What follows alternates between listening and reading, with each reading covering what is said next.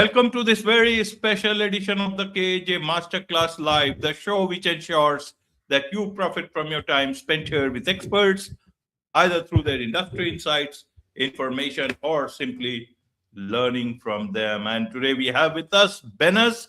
He has built a six-figure plus practice by serving only 4 to 6 clients. He's a freelancer. And so we'll talk about curated freelancing, the deliberate shift from chasing volume to, cultivating a handful of perfect long-term partnerships. We'll discuss about his referral engine that makes cold outreach obsolete, the psychology of converting projects into retainers, and the intentional design of a practice that values stability, depth, and freedom over growth for growth's sake. Welcome to the show, Benas. Thank you so much for having me.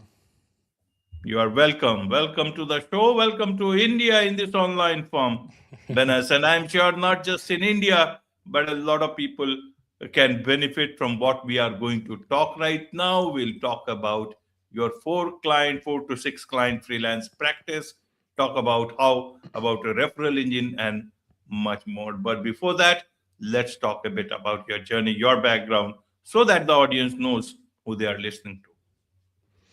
Yeah, I've actually been a freelancer for the past 10 years now. And I've kind of started, I always knew that I want to kind of do my own business, my own thing. And it started just like a side hustle. And eventually, kind of after finishing university, I tried to do it full time.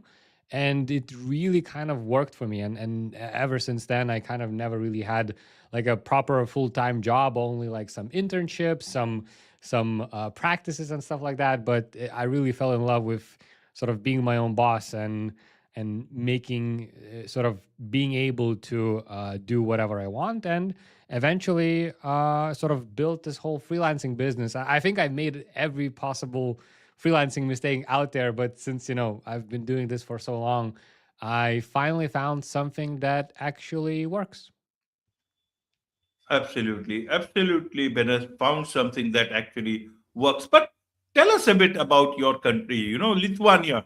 How does this freelancing thing, is it the same as everywhere else in the world? People generally don't get to know about that part of the world much. So I want to understand from you insights into the freelancing landscape. Is it very easy? Is it very difficult like anywhere else in the world?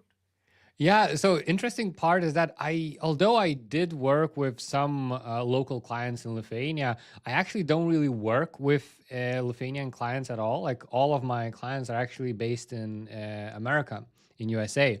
So this has been kind of the case ever since I started freelancing. I kind of, for some reason, always drawn to projects that are kind of in USA. The time zones can be a bit tricky, but apart from that, I don't really have that much of experience, freelancing in Lithuania for Lithuanian clients. We are a small country, so for us, it's still kind of a new thing. It's not that many people are actually doing this thing. I mean, if you are building an agency in Lithuania, that might kind of be profitable, but again, it's a bit tight. So in regards to Lithuania, I live here, but my work and my business and my clients are basically all of them are either European or majority of them are actually based in America. Absolutely, Ben. So tell us a bit about, you see, a lot of freelancing is about, getting more and more clients. Very few people will have, freelancers will have that choice of choosing clients. You either set yourself up, through referrals to your own vicinity or, circle, or you go to all those places, Fiverr, Upwork, and so many others. How would you want to share your journey? Was that the best that when you started? How would you want to share about the changes that you brought in to make it a six-figure plus, business?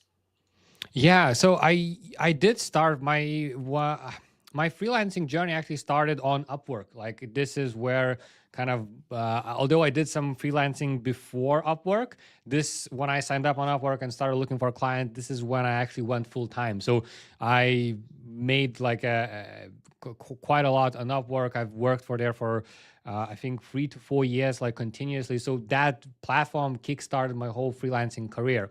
But what I did notice is that Upwork has its limitations. It's a very good platform to start your journey because you can actually get quite easy access to a lot of projects, a lot of small projects, especially when you're sort of a beginner.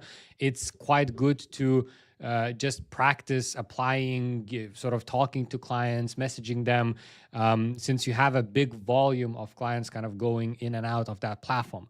But what I notice is that it has its limitations when you have grown a bit. It seems that the clients that are on there are not the type of clients that you can build a long-term relationship with. So after sort of being there for a few years, I noticed that most of the best clients that I've worked with actually come from word of mouth and referrals. So I started focusing a lot more on my network. I started focusing a lot more on LinkedIn. I just sort of tried to see, okay, so if not the freelancing platform, where do people get clients? I mean, this is probably the question that everybody asks me who is not into freelancing. How do you actually get clients? And yes, there are like freelancing platforms. This is the easy part. But the more difficult part is the networking part. So personally, for me, what I found that works the best is you do have to build some kind of a personal brand online, whatever that be. Instagram, if you're, for example, doing some graphic design or something like that, maybe Instagram is your platform. But then, if you do something with videos, maybe you do have a YouTube channel. I did find that LinkedIn is a very good platform for connecting with like-minded people and your clients. So just kind of talking in comments, connecting with them, having some chats, and basically kind of by participating in these groups and communities, I found clients that kind of basically want to work with me, and the rest is kind of history. Since from there, it's all about referrals going forward. Absolutely, absolutely. So help us understand in terms of SEO. You are into SEO, that too in freelance, and SEO is such a competitive field, especially in the last few years. Now, a lot of things have changed. How did you build a brand around something where a lot of competition is there? Also, how did you start to be choosy among for your clients? Was it from day one, or initially you went about with as many clients as possible? When did this particular change happen? And in terms of SEO, you see several questions here, but you are an expert. You will be able to Yeah. answer them the way you want to choose it. SEO is a long term outcome. It is Yes. not that a website you have done and you can see it, and then whatever you do, the outcome will reflect at least 3 to 6 months later. How is it that you build that sort of a result oriented outcome for the clients who would be able to give you good referrals from that sense of you? Help us understand in this whole context. Yes, yes. So definitely, I didn't choose SEO at first. I didn't even know search engine optimization existed like 10 years ago when I kind of started freelancing. I just was very interested in digital marketing because that was kind of taking off very in a very big way. So I first found marketing, then obviously moved into digital marketing, and then basically tried a lot of things. I've done a lot of social media marketing. I've done a lot of work with advertising, Google advertising, Facebook advertising.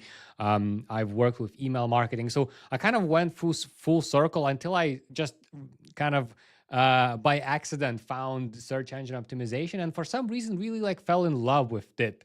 And actually the reason why I fell in love with it, because I love the part where you do like a lot of work that has a long-term impact on a website.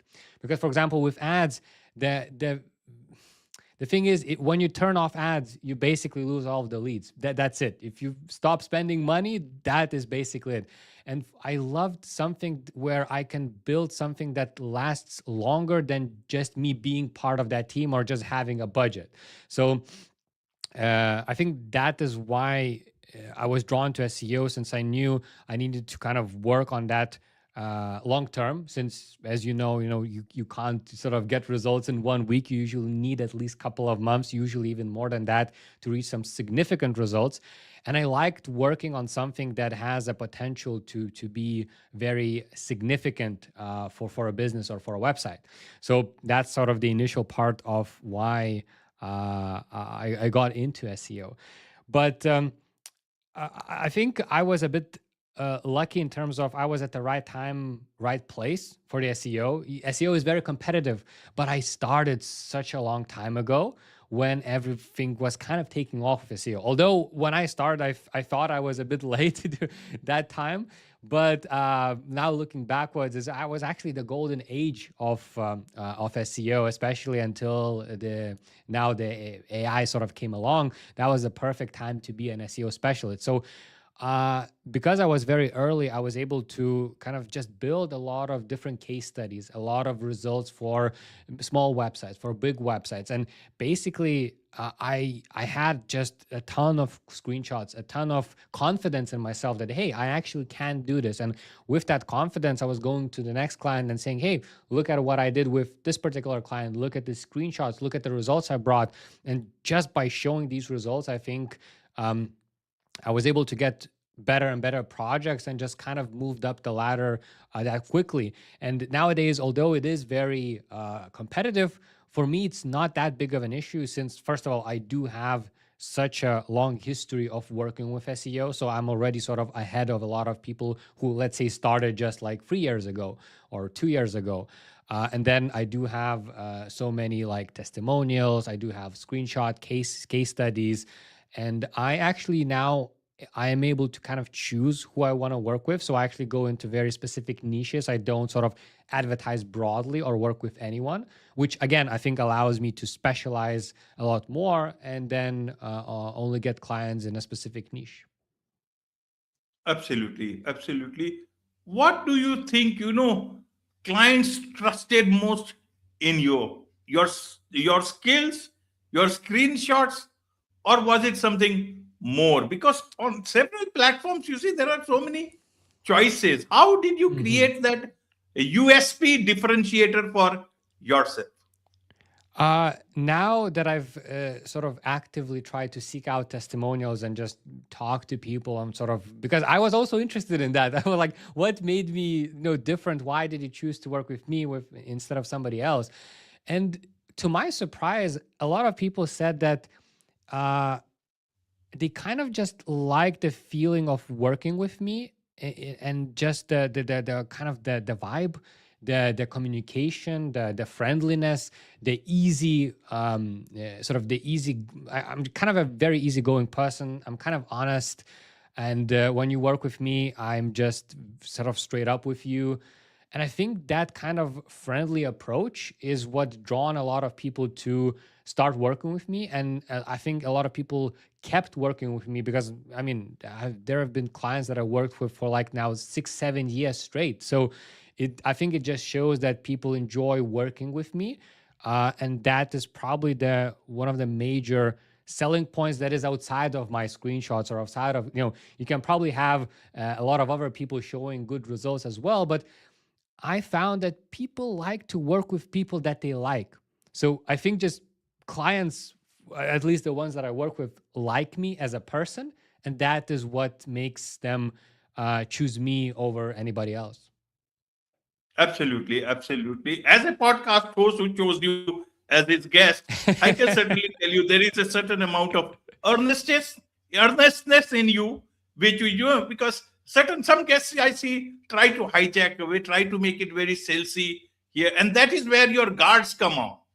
But when Hmm. I Yeah. am talking to you right now, all my guards are not required. And I would rather hand over the stage to you, use it, talk about your expertise, talk about your offer, because there is nothing to, in terms of be afraid of. Hmm. Earnestness, I guess, brings a lot of benefits even in today's time. Basically, mainly even in today's time, especially, such things are required when people don't have to be cautious or conscious Hmm. of their own guests in any manner. I'm sure that will be your, a lot of strength going forward. To understand it better, Benas, is that how did you start, or when did you start thinking of it beyond freelancing, but as a business, and then, building on it? Yeah, this was actually quite recent. So for some reason, a long time ago, maybe like 5 years ago, I was already like a full-time freelancer. I was freelancing for about like 5 years then, and I noticed that there are kind of two paths for me. It's either I go the agency route, sort of try to build a more sustainable business, or I sort of just keep myself as a freelancer and maybe do something else. And for some reason at that time, I decided not to do an agency, since I thought it's I thought in like in old school terms, okay, I need 10 people, I need an office. I was thinking in a very sort of this weird way where agency felt like then my job would be to be a manager instead of just talking to clients or doing things like that. And I mean, that was a mistake, I think, on my front. But I made that decision, and for a very long time, I kind of stuck with that decision. I was freelancing as I always was, but I haven't built anything else. But in the last couple of years, I noticed that, first of all, that thinking of mine was very wrong. You don't need like 10 people. You can have like 2 to 4 people, very lean team. You can have I can sort of do what I want to do. If I want to do sales calls, that's what I can do, sort of. So I changed my mindset on this just very recently, and now I'm actually in the process of building an agency. So I hired my first digital business manager to help me basically extract everything that is from in my head onto some kind of a system, onto some kind of a platform. I want to sort of systemize and organize the way I do sales, the way I sort of work with clients, the way I manage everything. So now I noticed, or not noticed, I realized that I kind of have to do that, because I think I reached my limit as a freelancer, earning like over 6 figures. And I noticed that whenever I go on holidays or get sick, a lot of things stop. So basically, if I don't work, there is nothing else sort of that keeps running in the background. And I think I'm now in a place where I don't want to have that. So I want to build something a bit more sustainable, where if I go on a holiday or if I get sick for a week, it doesn't mean that the business stops. So I made that decision just like end of last year, and started building an agency, basically transitioning from being a freelancer to an agency owner. Absolutely. Why only then, as you are growing and having some additional hands in your team now, would you continue to have less clients, as you talked about, 4 to 6 clients, or will you have more of them? How will your choice now go forward? Because earlier it was just you, but now Yeah. you have got, many more bills to pay. The wage bill also included in that.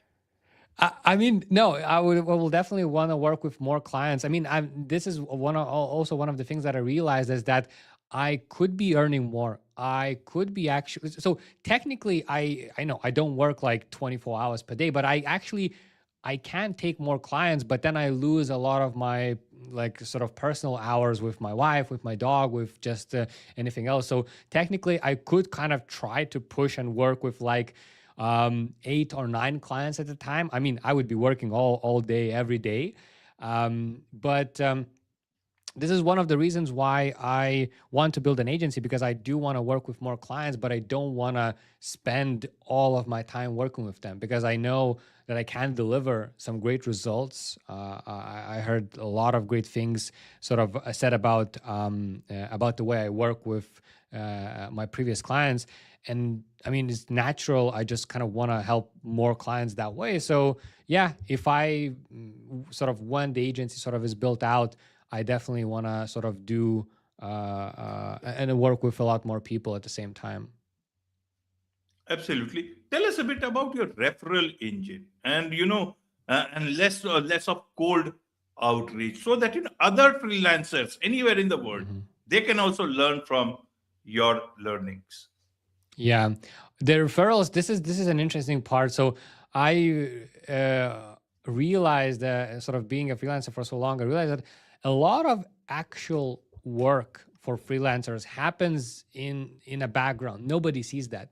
There are a lot of people looking for other people to work with them, and they never post anything on Upwork or on LinkedIn. And there's so much sort of exchanges and contracts being happening all every single day around the world, where nobody even knows that that freelancer is looking for a specific client or that company is looking for a client. So when I realized that more than half of these sort of deals happen somewhere in the background, I wanted to sort of get into that action. And I realized networking and referrals is the way to go, but it's easier said than done. One thing I understood is that not referrals cannot happen for every single client type. So let's take like an e-commerce shop founder that owns a pet e-commerce, for like a dog e-commerce shop. Let's say you provide them amazing results, but the problem is that for that client, if they know other e-commerce founders that own like dog e-commerce pet shops, they're probably their competitors. So it's not like they're going to start recommending you to their competitors. So there is this kind of barrier in that sort of sense. So although that particular client might know some other e-commerce founders, there is a limit to what, even though they loved your work, even though they can share it with other people, it's very difficult to get the same type of clients in that sense. Now, for example, in my case, I found a client type like keynote speakers in America, or book authors or coaches. Although those people kind of technically they have a competition with each other, they're not really direct competitors, because usually one keynote speaker talks about leadership, another talks about innovation, and the third one talks about their life's work in tennis or another sort of sport. So that's the first thing. The second thing, keynote speakers are very, very well connected people. They're very extroverted, and they have a lot of connections on LinkedIn, and they actually know other keynote speakers very well. So what happens is that whenever I work with a keynote speaker and they really enjoy my work, they usually meet for breakfast with another keynote speaker on a regular basis, and then you just share, because they don't have huge teams. They have like maybe few people on website, few assistants. It's basically them who I'm working directly with, meaning that whenever they have experience working with me, and then they also meet with a lot of other keynote speakers and they can share their experience with. So this basically half of my business was built just because other people referred me to others. And even though some people even referred me without even working with me, but just by chatting, by being in contact with them, they just saw sort of another inquiry coming their way. And they're like, hey, I know a guy. Let me just get in touch. Let me get you in touch with them and see if that works. So my main finding is that you have to find a specific client type that makes sense for them to make sense to refer you to others. So when you find this specific niche, this is where the referral engine can really kick in.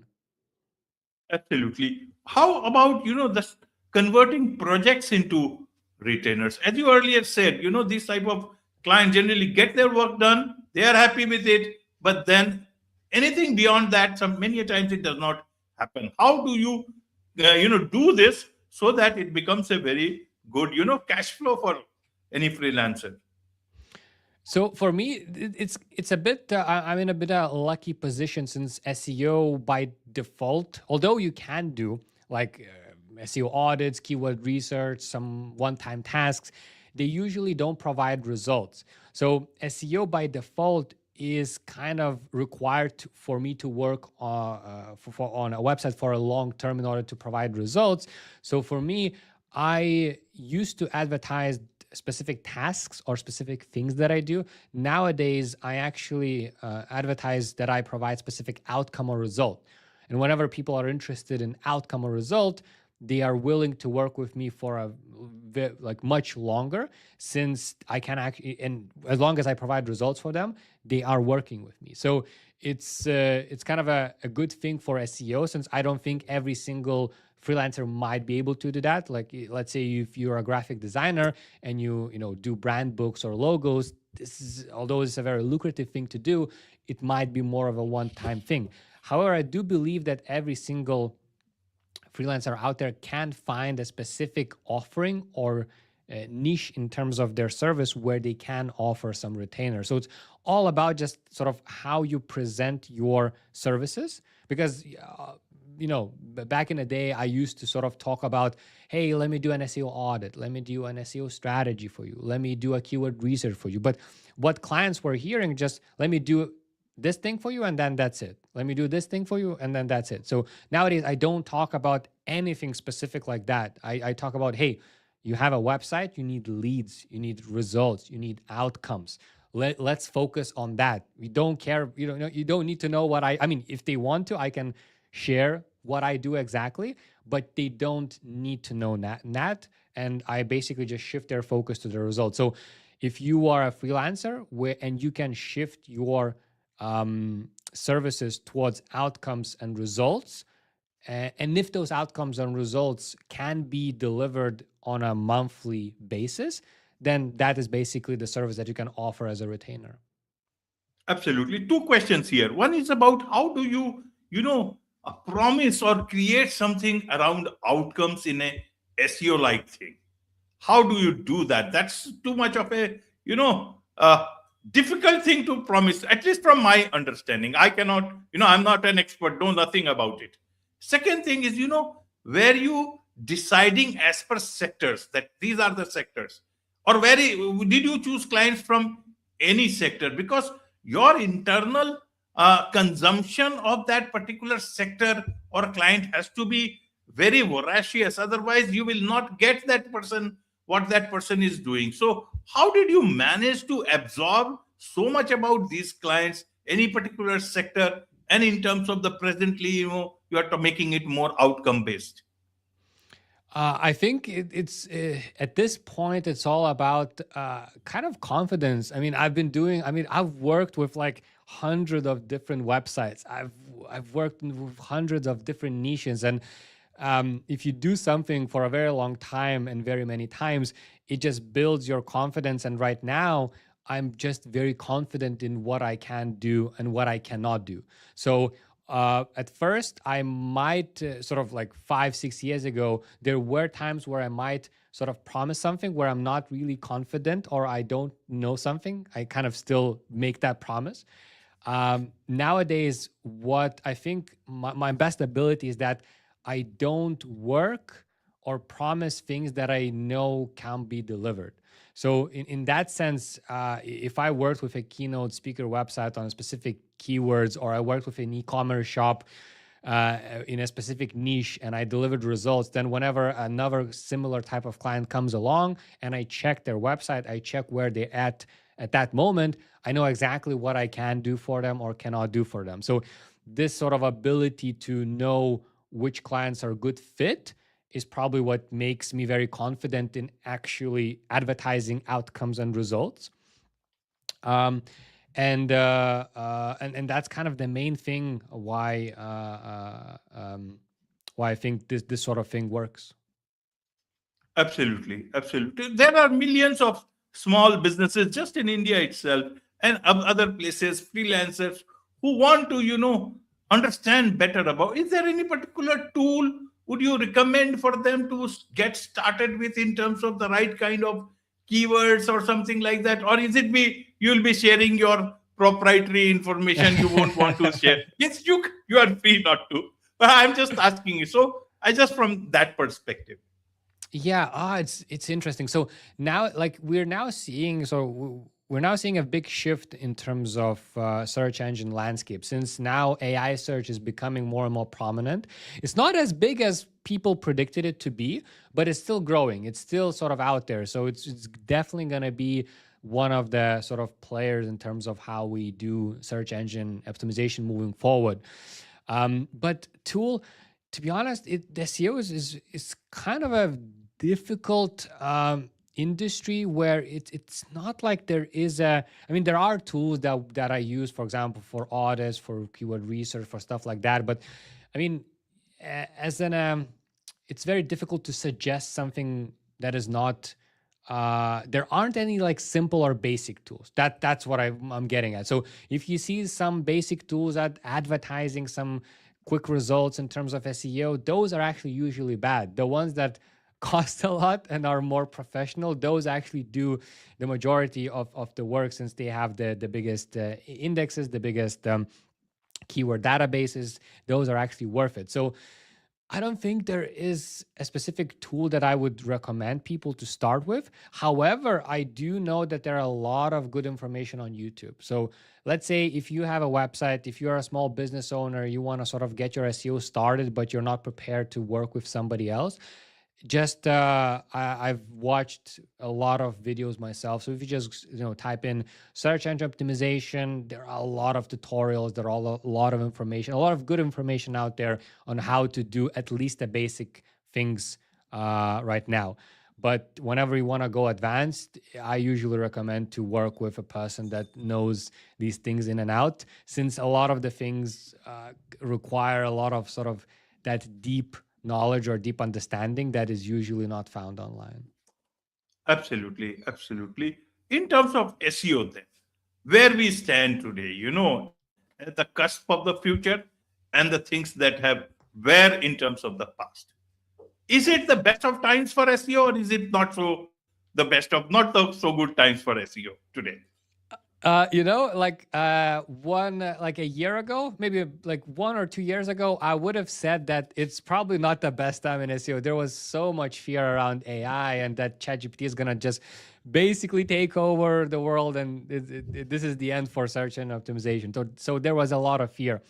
But the interesting part is that now that we have some data, we actually see that Google only lost like a couple of percent. I mean, it still has like over 90% of market share in terms of organic traffic search. So although SEO is changing, it's not dead, as many people kind of predicted. So it seems that AI search, we're going to probably, like ChatGPT and other AI search platforms, are going to start developing tools for us to track keywords, for us to track impressions. So we're kind of slowly moving into a new era where we're probably not going to only work with Google, but we're also going to need to work with other search engines. Bing search engines also sort of being much more sort of getting a lot more market share. DuckDuckGo and other sort of are getting a lot of market share. And then the same goes for all of the new AI search engines. So we're kind of just splitting the focus. Instead of Google being the one and only, it's probably going to be like 5 to 6 players that we're going to start optimizing for. So now my answer is that I'm actually quite excited about the future of search engine optimization, since if you learn as things kind of develop, then you're going to be in the front and center whenever let's say AI search takes over, like 10, 20% of market share and people start using it more and more for search specifically. This is where I think it's going to be very beneficial for people like me to be in that place, because I'm already learning. I'm already looking. I'm trying to basically beat that trend and make sure that I know and I test as many things as possible. So I'm very excited about the future. Yeah. Absolutely, you are very excited about the future. That's a very nice thing to learn in terms as a business owner who is trying to add more people to the team. How would you look at the future? Are we swimming with the tide or against the tide? How do you look at that? Oh, I look positively now that I've accepted that I'm actually building an agency. I'm actually looking forward to start working with people, sort of adding. I mean, already do have like one person on my team. I'm looking to add at least one person per quarter this year, so that I can sort of grow into like 4 to 5 people sort of agency. And I'm looking forward. I've worked alone for so long that I'm actually quite, again, excited about sort of building a team, just having more collaborations and just having somebody else that I can kind of share ideas with, I can sort of work with. So this is also sort of something that I'm looking forward to very much, especially this year. Absolutely. What about de-risking as a business owner? Will you continue to be only SEO, or you want to add anything more so that de-risk yourself and make life much more predictable in terms of cash flow? Yes, so I actually do want to do that. It's not, although I I'm much more positively. So I do think very positive about sort of SEO and AI search going forward, but it's more that I saw that the main sort of the agency that I'm building is gonna target mainly keynote speakers, and then we might sort of expand into sort of book offers and coaches and sort of all of those people. So um, what I notice is that I want to take more of keynote speakers business. So I'm not really kind of looking from this perspective of de-risking. It's more of that, like, oh, what else can I do for keynote speakers that makes sense for them? So I'm thinking of expanding sort of, I know that LinkedIn platform is very sort of crucial for them. So maybe I can expand some services where I can offer some sort of result or outcome for growing their LinkedIn presence.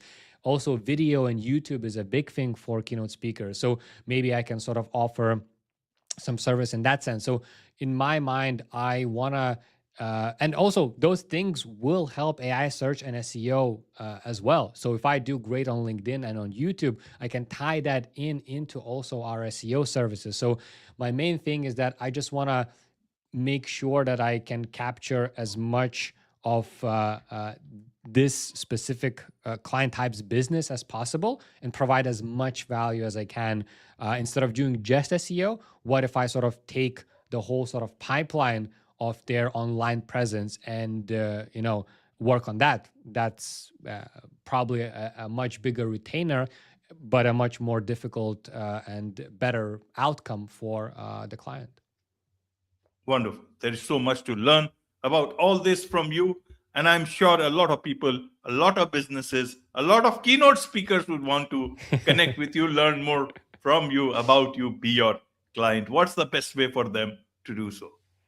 Oh, it's either my website. I do have a website, or I have a YouTube channel where I actually share my journey as I'm building this agency kind of live. So, I mean, I've already shared a lot of tips and things about freelancing and entrepreneurship. So, if you just want to see more of me, YouTube channel is probably the best place to find me, and all of my links are linked on the website as well.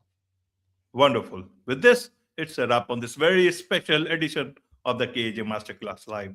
Thank you so much indeed for joining us. Thank you.